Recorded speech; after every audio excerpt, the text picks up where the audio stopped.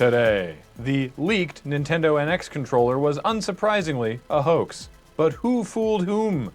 This is CheckPoint.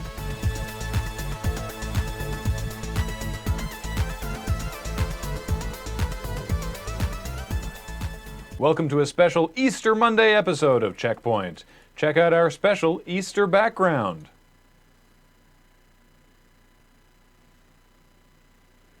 Wow, that was a terrible idea. Go back. Much better. Sometimes a hoax gets away from the hoaxers. Last week, Reddit user Idris2Dev posted images of a theoretical controller for the as-yet unreleased Nintendo NX console. While some were quick to decry the images as fake, gaming media quickly picked up the news as a leak, largely due to the similarity between the design and a patent Nintendo had filed for in early 2015. As it turns out, Idris2Dev's image was just a very competent 3D render, photorealistic enough to fool a lot of people. But even the people who weren't fooled by the CGI were at least a little confused when a different Reddit user posted different, even more realistic-looking photos of the same controller. The thing is, these photos, posted by user Perkel37, were real photos of a 3D printed prototype based on the fake design from Idris2Dev, who had no part in Perkel37's prototype and was just as confused as everyone else. Now both parties have come clean, and we've all had a bit of fun, and maybe next time people will think twice before taking dubious-looking leaks at face value, but I doubt it. The crowdfunding campaign for Rock Band 4's PC port is not looking promising, needing to raise another $1 million in just 8 days.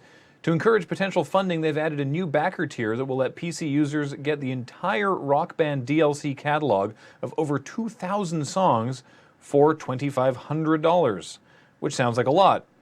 I mean, it is a lot, but consider that the songs sell for $1.99 a piece. This is a great deal. Maybe not for you or for me, but for a bar or an arcade who wants to have a full Rock Band setup with every song available, it's a solid proposition. Of course, any place like that wants Rock Band probably already has the console version, same as individual users, which is probably why the funding is not looking promising. We spoke last week about the rumored PlayStation 4.5, or the PlayStation 4K, as the still unconfirmed but almost certainly real console is now being called. According to Eurogamer's unnamed but trusted sources, the console is very real, and because Sony is using commodity hardware, which is to say they aren't designing their own chips or anything, some assumptions can be made about how powerful this console could ever theoretically be. The conclusion so far is that while the PS4K will be able to run 4K video, 4K Blu-rays, even 4K Netflix, it will not actually be able to run 4K games very well, because that's just not feasible. Eurogamer goes deeper on this, but broadly speaking, even with a chip twice as fast as the one the PS4 is using now, there's just no way for it to run a 4K resolution game, as well as the PS4 runs a 1080 game. And of course, that is assuming that there is actually a game that runs at 4K, and that you have a 4K TV, and that you're sitting close enough to it to notice or care. Valve has made the computer-assisted design files for the Steam controller publicly available, and hopes that players and users will redesign the controller, quote, to their heart's content. As Valve said just before the Steam controller launched, the version available at retail isn't meant to be the controller's final version, which seems like the sort of thing you want to lock in before making and selling them, but who am I to judge Valve? For their part, Valve is curious to see what alterations the public would make to their design, but they will have to approve any designs before would-be prototypers can sell them. Also, you would need to be able to manufacture a controller, so consider this a warning to all makerspaces. PC gamers are coming for your filament.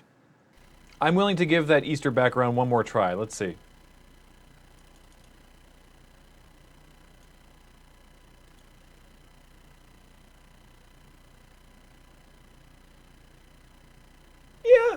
Yeah, all right.